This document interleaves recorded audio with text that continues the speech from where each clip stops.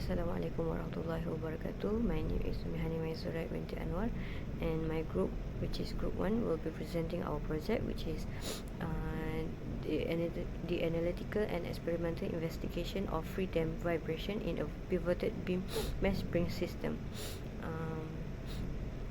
So move to the introduction of this project. So this project analyzes a free damp vibration system using both analytical calculation and experimental measurement. For the experimental measurement,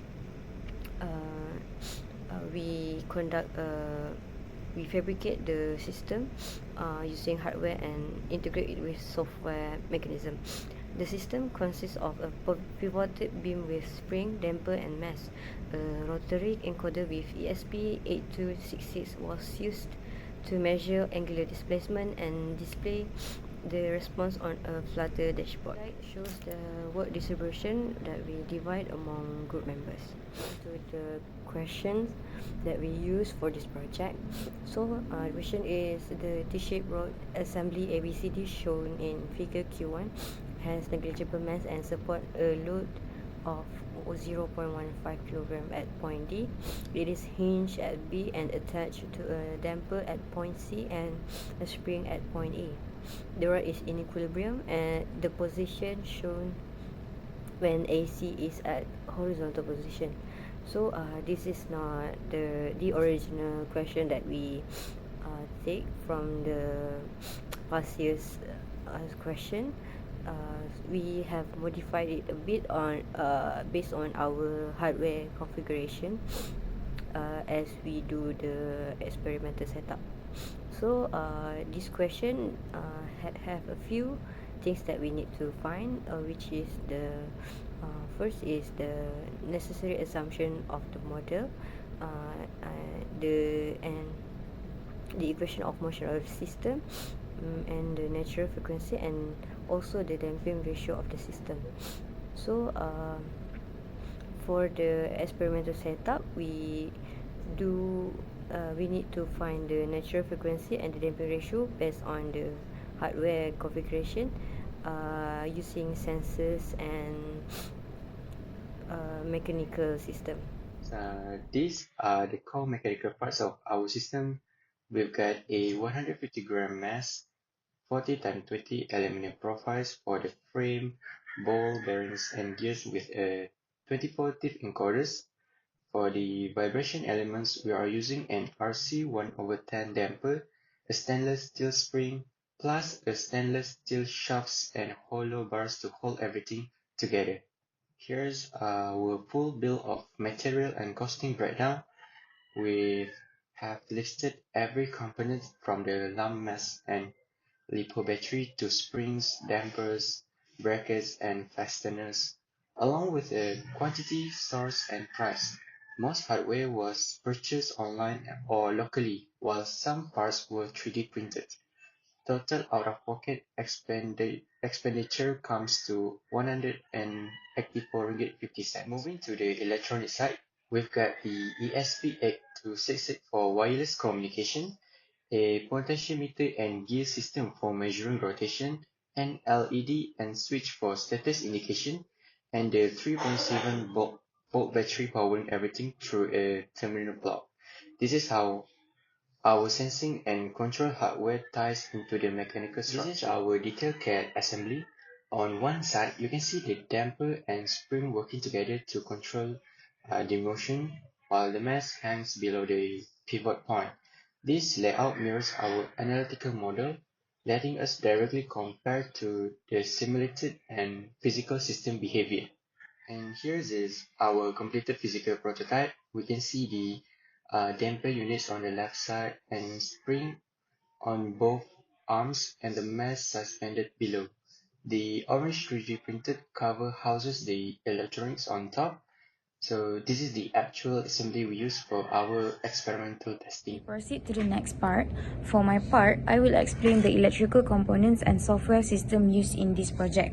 The main components are the 3.7 volt LiPo battery, rocker switch, ESP8266, KY040 encoder, a kilo ohm 1 kilo ohm resistor and a red LED. The ESP acts as the controller while the encoder measures the rod movement. The LED is used as an on and off indicator. Next slide is on the schematic diagram. This slide shows the circuit connection of the system. The battery supply power through the rocker switch to control the on and off condition. The encoder is connected to the ESP where CLK goes to D5, DT goes to D6 and SW goes to D7.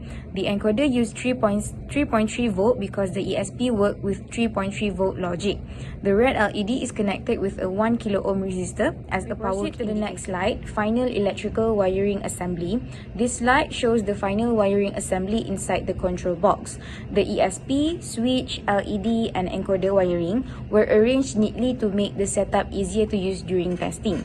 The gear mechanism is connected to the rotary encoder so that the encoder can detect the angular movement of the rod. The switch turns the system on and off while the LED shows that the system is powered. This slide shows the Arduino IDE coding used for the ESP8266. The code connects to the ESP to Wi-Fi and MQTT broker. It also defines the encoder pins where D5, D6 and D7 are used for the KY040 encoder. The main purpose of this code is to read the encoder signal, convert it to angular displacement and send the data to the MQTT broker to be displayed in the Flutter dashboard. Software is the MQTT-X application. The MQTT-X was used to check whether the ESP successfully sends the data. The subscribed topics are pendulum/angle, pendulum/omega, and pendulum/status.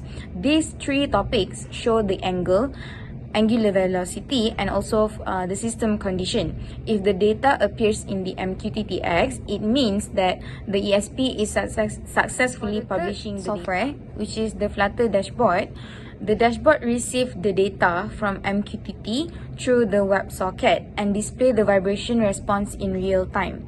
It shows the angular displacement graph, natural frequency, and also damping ratio. The dashboard also allows the data to be exported as a CSV Excel file for further analysis. Here we demonstrate the complete system. As you can see, the arm is displaced and released, while the rotary encoder measures the angular motion. The data is then transmitted to the dashboard where the response is displayed and analyzed in real time. So this slide demonstrates the dashboard that made by using Flutter. So it receives the encoder data and displays the angular response graph, natural frequency and damping ratio, allowing the system behavior to be monitored and analyzed in real time. So this slide demonstrates the dashboard that made. So we move on to the theoretical calculation. Here in this slide, it showcases the system structure free body diagram that is represented as a single rotational system at pivot B. So the load D is assumed to be a point mass of 0.15 kilograms, while the road mass is neglected. A spring and a damper act at point A, while another spring acts at point C. So for a small clockwise rotation, point A move upwards and point C move downwards. All spring, damping and gravitational moment oppose the motion and return the system towards equilibrium. So here in this slide, it showcases the conversion of linear forces into rotational moments. So the point mass given to be at point B equals to the mass multiplied by length squared. So, and at the same time, both springs and gravity also provide rotational stiffness, while the damper also provides rotational damping. So substituting all these values give the final equation of motion, which is then divided to obtain the standard form used for the dynamic analysis. So here, in this slide, showcases or summarizes the system dynamic properties or the values obtained to get the final equation. So using the calculated inertial rotational damping and rotational stiffness, the underdamped natural frequency is to be 138.7 radian per second, and the damping ratio is 1.6897, which is greater than 1, making it the system to be classified as overdamped and returns to equilibrium without oscillation. The characteristic equation of the system shows that both roots are real and negative, so the displacement decays without repeatedly crossing the equilibrium, meaning that there is no repeated oscillation in the system. So for the final response equations, the initial displacement is made to be 0.1 radians and 0 initial velocity. That showcases that the response consists of two decaying exponential terms. Since there is no sinusoidal term, the system returns to equilibrium without oscillation or without sustained oscillation, confirming that the system is an obedient system. Data, we compare the theoretical and the experimental data to calculate the error percentage for each of the parameters. For the natural frequency, the error percentage is 97.45%, and the damping ratio have a error percentage of 89.81%, which both of them are relatively high. Error obtained were because of many reasons, which one of them are the damper provides too much resistance, which cause the beam to return to equilibrium with a very little oscillation. And the second one is the spring damper provides most of the restoring stiffness, while the standalone spring on the right contributes only a small amount. And the third one is the spring and damper are not well matched for producing a clear free vibration response. And the fourth one is the gear backlash, bearing friction, and shaft misalignment may reduce the motion transferred to the encoder. And the fifth one is the small beam movement causes only minimal rotation of the shaft gears and rotary encoder. And the last one is the manual release, encoder noise, and MQTT timing delay may also affect the experimental results, which causes the error percentage very high. The discussed problem earlier, this system need improvement, where this system needs to use a softer or adjustable damper to obtain a clearer oscillatory response. Next, this system needs to increase the gear ratio to produce a larger encoder recursion, the gear ratio between the shaft and the encoder. And lastly is validate the dashboard using a signal with known natural frequency and damping ratio. That's all from group 1, and thank you so much for watching the video until the end.